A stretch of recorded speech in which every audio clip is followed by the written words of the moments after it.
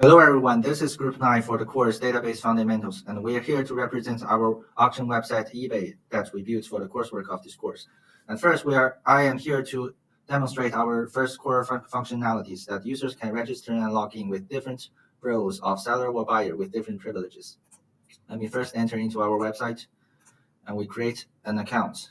In the register interface, we have tested the correct format of email and password. Like if we enter a wrong format of email, then the register won't pass. So let me just enter the correct email and the first name, last names. And if the repeat password does not match the password, then it will not pass the validation too. So let me just create two accounts with a buyer and a seller.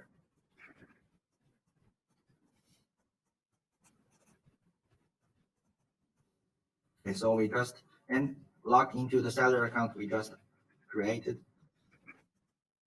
And we can see that for the sellers has the privileges to create auctions. And if we enter into the buyer account, the buyer does not have these privileges.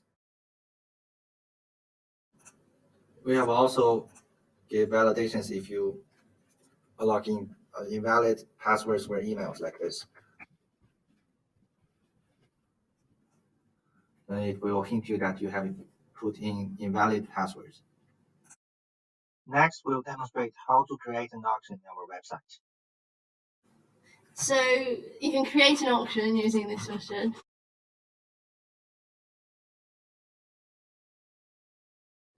And the auction has then been created, and it should be under my listings now. And here it is. So now we will present the functions of browsing and searching and sorting all the items that we have placed on this platform. So if we search for phone, then we can have all the phone auctions that is still activated in our website. And we can also search all the categories like this one, then it will show all the items in that categories. And we can also sort by price and the soonest expiry. Yeah. We can also combining all the filters that we use to search for an items like this. If we search for item, then we will have item included in the item names with different categories, but we can search for item and choose in category. Then only item 5 will be present in our results. So the fourth core functionality in our system is that buyers can bid for items and see the bids from other buyers. And the system will end the auction at the set end time and award item to the highest bidder and notify the seller and the winner. Actually, in our system, it's not just the buyers that can bid. Sellers can also bid on items as long as those items are not from themselves. So, for example, we have a solar sellers here, and this MacBook is placed by this account. So even though you see the auction is still ongoing, you cannot place bid here. Okay, so if you go to a buyers, once you go in the bid item, you will see the time remaining, the starting price, and the current highest bid.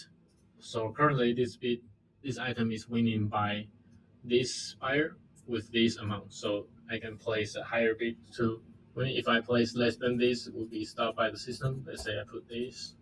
It says you cannot bid the price with lower than current price. So let's try this. Okay, so now the current bid is won by me, and if you go to the other buyers, you see the same. And you also get a notification from the system that the bid you originally put as this price is now losing, and the current price is this. And if you see this, you can then go here and then put higher price. And then the same works for other buyers. So it was winning and now it's losing. Okay. And if an auction ends, the system will notify both the winner and the seller about its outcome. So, for example, this one, the test winner 2, this item is won by this buyer. So if we check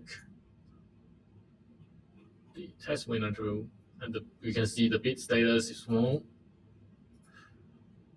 Auction ended here, status is close won. The final price is 200 by this buyer.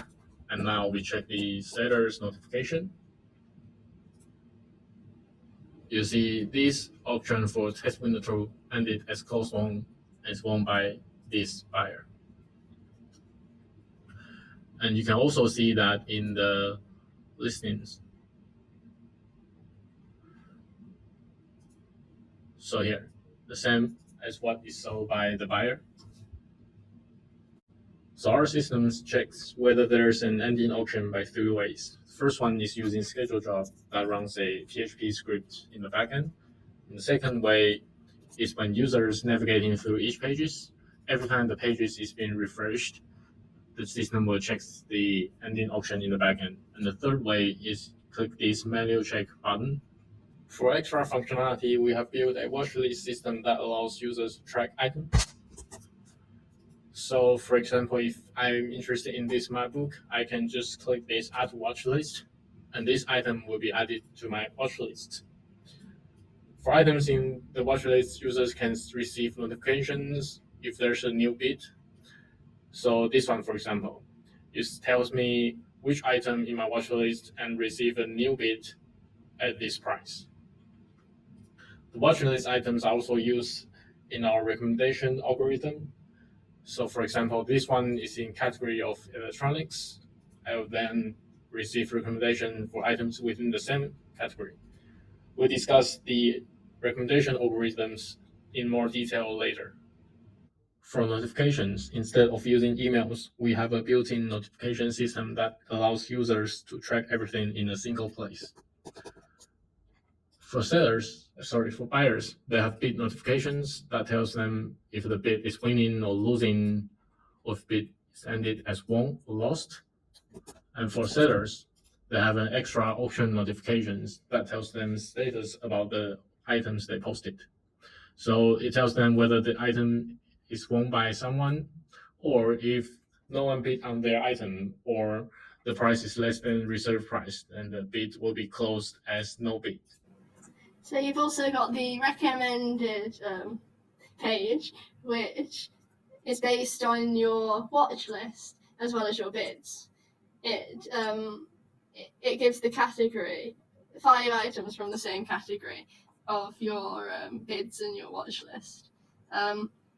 And so if you add a jacket to your watch list, your recommended should then include more clothing as part of the category. That's all for the introduction to our auction website, eBay. Thank you all for watching.